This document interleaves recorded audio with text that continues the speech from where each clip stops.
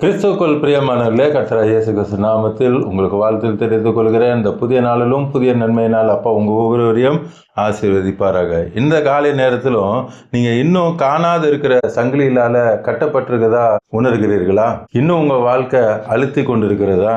பயம், கடன், நோய், தோல்வி, மனவேதனை, இப்படி அநேக காரியங்களை குறித்து நீங்க ஒரு துக்கத்தோடு ஒரு அழுத்தத்தோடு கூட பார்த்து கொண்டு இருக்கலாம். இன்னைக்கு இந்த காலை நேரத்தில் அப்போ உங்களுக்கு ஒரு அருமையான ஒரு வாக்குத்தத்தத்தை கொடுக்குறாங்க. நான் உன் நுகத்தடிகளை முறித்து உன்னை நிமிர்ந்து நடக்க பண்ணுவேன். உங்களுடைய எல்லா நுகத்தடிகளையும் முறித்து அப்போ உங்களை நிமிர்ந்து நடக்க பண்ணுவேன் என்று இந்த காலை நேரத்தில் அப்பா சொல்றாங்க. கடைசியில் உங்க எல்லாருக்காக நான் ஜெபிப்பேன். ஏசப்பா உங்க எல்லாருக்கும் அற்புதத்தை செய்வாங்க.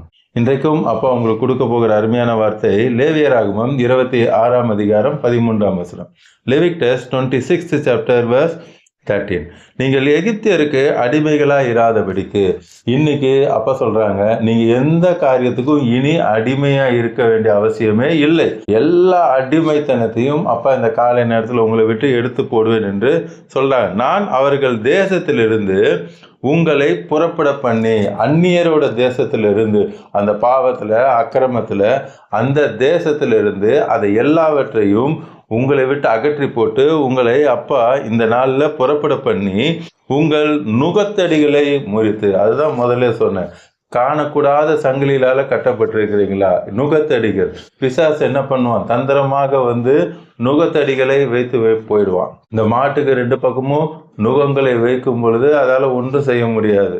அதே போலதான் பிசாசு சில நுகங்களை வைத்து உங்களால எந்த மூமெண்ட்டும் பண்ண முடியாதபடி அழுத்தி கொண்டு இருக்கிறான். அதுதான் இந்த காலை நேரத்தில் அப்பா முதல்ல சொன்னாங்க, எது உங்களை அழுத்தி கொண்டு இருக்கிறதோ, உங்க கண்கள் காணாதபடி எது கட்டப்பட்டு இருக்கிறதோ எல்லா நுகத்தடிகளையும் இன்று நான் உடைப்பேன் என்று அப்பா சொல்றாங்க. எல்லாவற்றையும் அப்பா முறித்து உங்களை நிமிர்ந்து நடக்க பண்ணின உங்கள் தேவனாகிய கர்த்தர். அப்பா உங்களை நிமிர்ந்து நடக்க பண்ணுவேன். இவ்வளவு நாள் கூனி குறுகி நீங்க வாழ்ந்து கொண்டு இருந்திருக்கலாம். அப்பா சொல்றாங்க, நான் உங்களை நிமிர்ந்து நடக்க பண்ணுவேன் என்று சொல்கிறார். லூக்கால பாத்தீங்கன்னா 13ஆம் அதிகாரம் 13ஆம் வசனம். Luke 13th chapter verse 13. அவள் மேல் தமது கைகளை வைத்தார், உடனே அவள் நிமிர்ந்து தேவனை மகிமைப்படுத்தினார். இங்க ஏசப்பா என்ன பண்றாங்க, ஒரு அம்மா மேல தம்முடைய கைகளை அப்பா வைத்தாங்க. வைத்த உடனே அவள் நிமிர்ந்து. 11ஆம் வசனம் பார்க்கலாம், verse 11ல. அப்பொழுது 18 வருஷமாய் பலவீனப்படுத்தும் ஆவியை கொண்ட ஒரு ஸ்திரீ அங்கே இருந்தாள். அப்போ அந்த அம்மா நிமிரக்கூடாதபடி என்ன தடை செய்து கொண்டிருந்துச்சு? ஒரு அசுத்த ஆவி. எத்தனை வருஷமா? 18 வருஷமா பலவீனப்படுத்துகிற ஆவி அந்த அம்மாக்குள்ள இருந்துச்சு. அவள் எவ்வளவும் நிமிரக்கூடாத கூனியா இருந்தாள். அந்த அம்மா எப்படி இருந்தாங்க? கூனியா இருந்தாங்க. நிமிரக்கூடாதபடி இன்றும் பிசாசு என்ன பண்றான்? உங்களுடைய வாழ்க்கையில கூனியாக வைத்திருக்கிறான். நீங்க நல்லா ஆசீர்வாதமா இருக்கக்கூடாது, செழிப்பா இருக்கக்கூடாது, எப்ப பாரு வியாதியிலே இருக்கணும், கடன்லயே இருக்கணும், பிரச்சனையில இருக்கணும், போராட்டத்துல இருக்கணும், குழந்தை பாக்கியம் கிடைக்கக்கூடாது, பிள்ளைகளுக்கு திருமணம் நடக்கக்கூடாது, பிசினஸ் நல்லா இருக்கக்கூடாது, இப்படி அநேக காரியங்களை கூனியாக வைத்திருக்கிறான். இந்த காலை நேரத்துல அருமையான வாக்குத்தத்தை அப்பா கொடுக்குறாங்க. உங்கள் கூனியாக இருக்கிற எல்லா காரியத்திலிருந்து அப்பா விடுதலை கொடுக்க போறாங்க. உங்களுக்கு விரோதமா எவ்வளவு பெரிய மந்திர தந்திர கட்டா இருந்தாலும் சரி, எவ்வளவு பெரிய கிரியையா இருந்தாலும் சரி, அவைகளை அழித்து அப்பா உங்களுக்கு விடுதலை தர போறாங்க. இயேசு அவளை கண்டு, எவ்வளவு அருமையான வார்த்தை இல்ல? இன்று பார்த்து கொண்டிருக்கிற யாரும் எதேர்ச்சியா பார்க்கல. இன்று ஏசப்பா உங்க எல்லாரையும் கண்டு உங்களை இன்னைக்கு அப்பா பார்த்துட்டாங்க. எதுக்கு அப்பா உங்களை பார்த்தாங்க? இன்னைக்கு கண்டு தம்மிடத்தில் அழைத்து, அடுத்து என்ன பண்றாங்க? தம்மிடத்தில் அழைக்கிறாங்க. இன்றும் ஏசப்பா பார்த்து கொண்டிருக்கிற கோடிக்கணக்கான அவருடைய பிள்ளைகள் உங்களை அப்பா அழைக்கிறாங்க. வாங்க, என்னிடத்துல வாங்க. இன்னும் என்னென்ன காரியம் விட முடியாம இருக்கிறீங்களோ, அப்பாவுக்கு பிரியம் இல்லாத காரியத்தை அதை விட்டுட்டு இன்னைக்கு என்கிட்ட வாங்க. இன்று அப்பாவுடைய அறைகூவல் உங்களுக்கு நேராக வருகிறது. உங்களை பார்த்து அப்பா அழைக்கிறாங்க, வாங்க என்னிடத்துல வாங்க. வருத்தப்பட்டு பாரம் சுமக்கிறவர்களே, நீங்கள் எல்லாரும் என்னிடத்துல வாங்க, நான் உங்களுக்கு இளைப்பாறுதல் தருவேன். இன்று ஏசப்பாவை ஏற்றுக்கொள்ளாமல் யாராவது பார்த்து கொண்டு இருந்தீங்கன்னா உங்களை பார்த்து அப்பா சொல்கிறாங்க, வாங்க என்கிட்ட வாங்க, நிச்சயமாக உங்களுக்கு அற்புதம் நடக்கும். அழைத்து, ஸ்திரீயே உன் பலவீனத்திலிருந்து விடுதலையாக்கப்பட்டா, இட் இஸ் ஃபினிஷ். இன்று உங்களுக்கு எந்தெந்த காரியங்கள் பலவீனப்பட்டது போல் இருந்ததோ அவையில் எல்லாவற்றிலிருந்தும் அப்பா இன்றைக்கு விடுதலை தருகிறேன் என்று சொல்லுகிறார். அதான் ஏற்கனவே சொன்னேன், எதேச்சியாக இன்று நீங்க பார்க்கலாம். அப்பாவுடைய அனாதி தீர்மானத்தோடு கூட தான் இன்றைக்கு பார்த்து கொண்டு இருக்கீங்க. எதுக்கு அப்பா உங்களை இன்னைக்கு பார்க்க வைக்கிறாங்க? உங்களுக்கு விடுதலை கொடுக்கணும் அப்படின்னு சொல்லி தான் அப்பா பார்க்க வைக்கிறாங்க. இன்று உங்களுக்கு நிச்சயமாக அப்பா விடுதலை தருவேன் என்று சொல்றாங்க. எசேக்கியேல் 34 அதிகாரம் 27 வசனம். எசேக்கியேல் 34 சாப்டர் verse 27. வெளியின் விருட்சங்கள் தங்கள் கனியை தரும். இவ்வளவு நாள் நீங்க பிரயாசப்பட்டது உங்களுக்கு பலன் கொடுக்கவில்லை. இந்த காலை நேரத்தில் அப்பா சொல்றாங்க, உங்களுக்கு பலன் தரும். பூமி தன் பலனை கொடுக்கும், பூமியும் தன்னுடைய பலனை கொடுக்கும். அவர்கள் தங்கள் தேசத்தில் சுகமாய் இருப்பார்கள். இன்றைய அப்பா கொடுக்குற அருமையான வாக்குத்தத்தம், இனி நீங்க சுகமா இருப்பீங்க. பிரச்சனையோடு கூட உபத்திரவத்தோடு கூட இருக்கணும்னு அவசியமே அல்ல. அப்பா சொல்றார், நீங்க இனிமேல் சுகமா இருப்பீங்க. நான் அவர்கள் நுகத்தின் கயிறுகளை அறுத்து, எல்லா நுகத்தையும், அதான் முதல்ல சொன்னாங்க, இவ்வளவும் தடை பண்றது அந்த நுகம். அந்த நுகங்களை இன்று அப்பா உடைத்தெறிந்து இருக்கிறாங்க. அறுத்து அவர்களை அடிமை கொண்டவர்களின் கைக்கு அவர்களை நீங்களாக்கி விடுவிக்கும் போது நான் கர்த்தர் என்று அறிந்து கொள்வார்கள். எல்லாவற்றிலிருந்தும் அப்பா உங்களை நீங்களாக்கி விடுவிக்கிறேன் என்று சொல்றாங்க. இனி எல்லாவற்றிலிருந்தும் அப்பா உங்களுக்கு ஒரு அற்புதத்தை செய்ய போறாங்க. கடைசியா ஒரு வசனம் பார்த்து நம்ம ஜெபிக்கலாம்.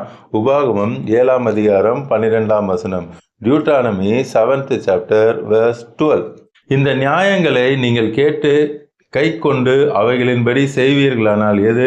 அப்பாவுடைய வார்த்தை. முன்னாடி வசனம் பாருங்க, நான் இன்று உனக்கு கட்டளையிடுகிற கற்பனைகளையும் கட்டளைகளையும் நியாயங்களையும் கை கொள்வாயாக. அப்பாவுடைய வார்த்தை அதிகமா படிக்கணும். படிக்கிறது மாத்திரம் இல்லாத கை கொள்ளணும். அதை கை கொள்ளும்போது தான் அப்பொழுது உன் தேவனாகிய கர்த்தர் உன் பிதாக்களுக்கு ஆணையிட்டு கொடுத்த உடன்படிக்கையும் கிருபையும் உனக்கு காத்து உன்மேல் அன்பு வைத்து உன்னை ஆசீர்வதித்து உனக்கு கொடுப்பேன் என்று சொன்ன வாக்குத்தத்தத்தை கொடுப்பேன்னு சொல்றாங்க.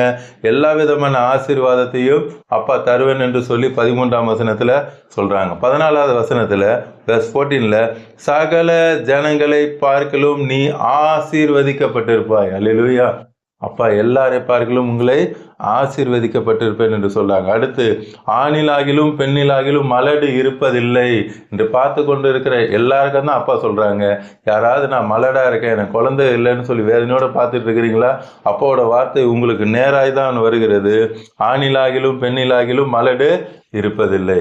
கடைசியா பாருங்க, 15ஆம் வசனத்தில் அப்பா சொல்றாங்க, கர்த்தர் சகல நோய்களையும் உன்னை விட்டு விலக்குவார். இந்த காலை நேரத்தில் யாரெல்லாம் பலவீனத்தோடு பார்த்து கொண்டு இருக்கீங்களோ உங்களுக்கு தான் அப்பா சொல்றாங்க, அப்பா சகல நோய்களையும் உங்களை விட்டு விலக்கி போடுகிறார். இந்த தினத்திலும் யாராவது இன்னும் ஏசப்பா ஏற்றுக்காம பார்த்து கொண்டு இருந்தீங்கன்னா உள்ளத்தின் ஆழத்திலிருந்து ஏசப்பா கூப்பிடுங்க. ஏசப்பா எனக்குள்ள வாங்கன்னு சொன்னீங்கன்னா உங்களுக்குள்ள வந்துருவாங்க. உங்களையும் அப்பா அபரிதமாக ஆசீர்வதிப்பாங்க. இப்பொழுதும் கண்களை மூடி கல்வாரி சிலுவை பார்க்கலாமா? அன்பின் பரலோக தகப்பனே, இந்த காலை நேரத்தில் உங்களுடைய பிள்ளைகளோடு கூட பேசுனீங்கப்பா. நான் அற்புதங்களையும் அதிசயங்களையும் செய்கிற தேவன். இந்த நேரத்திலும் எல்லா நுகங்கள், எல்லா கட்டுகள், எல்லா கிரியைகளை அறுத்து இப்படி பிள்ளைகளை சுகமாக இருக்க பண்ணுகிறதுக்காக சுத்தரம். அந்த கூனி நிமிரக்கூடாது போல இருந்துச்சுப்பா. அந்த நுகங்களை நீங்க உடைத்தவுடன், அந்த கட்டுகளை அறுத்தவுடன் அவள் நிமிர்ந்து பார்த்தாள். இன்று யாரெல்லாம் உங்களுடைய பிள்ளைகள் எந்தெந்த இடத்துல தலை குனிந்து இருக்கிறார்களோ, இன்னைக்கு நீங்க சொல்றீங்க, நான் உங்களை நிமிர்ந்து நடக்க பண்ணுவேன் என்று நீங்க சொல்லுகிற அருமையான வார்த்தைக்காய் ஸ்தோத்திரம். அதே போல அவங்க யாரெல்லாம் பலவீனப்பட்டிருக்காங்களோ எல்லாருடைய பலவீனம் கர்த்தர் சகல நோய்களை நீக்கி ஒரு தழும்பலால சுகத்தை கொடுத்ததுக்காக நன்றி. குழந்தை இல்லாத குழந்தைய கொடுக்கிறதுக்காக நன்றி. வீடு இல்லாத நல்ல வீட்டை கொடுத்து சுகமாய் குடியிருக்க பண்ணுகிறதுக்காக நன்றி. அவங்க பிசினஸை இனி பலன் தரும் என்று சொல்லியிருக்கிறீர். பலன் கொடுத்து ஆசீர்வதிக்கிறதுக்காக நன்றி. பிள்ளைகளுக்கு ஏற்ற நேரத்தில் திருமணத்தை நீங்க செய்து வைக்கிறதுக்காக நன்றி. பிரெக்னெண்டா இருக்கிற பிள்ளைகளுக்கு சேஃப் டெலிவரி கொடுக்கறதுக்காக நன்றி. இந்த நாள் முழுவதும் உங்களுடைய கரம் பிள்ளைகளோடு கூட இருந்து அற்புதமாய் நீங்க வழி நடத்த போறதுக்காக நன்றி. பார்த்து கொண்டிருக்கிற கோடிக்கணக்கான நம்முடைய பிள்ளைகளை ரட்சித்து ஆசீர்வதிக்கிறதுக்காக நன்றி செலுத்துகிறேன் அப்பா. இயேசுவின் நாமத்தில் ஜெபிக்கிறேன் நல்ல பிதாவே.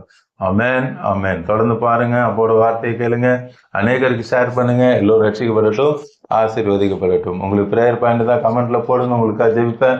ஏசப்பா உடனே உங்களுக்கு அற்புதத்தை செய்வாங்க. மீண்டும் நாளை காலை புதிய வாக்குத்தத்த வார்த்தையோடு கூட உங்களை சந்திக்கிறேன். அதுவரை அப்பா உங்களையும் உங்கள் குடும்பத்தையும் அளவில்லாமல் ஆசீர்வதிப்பாராக. ஆமென்.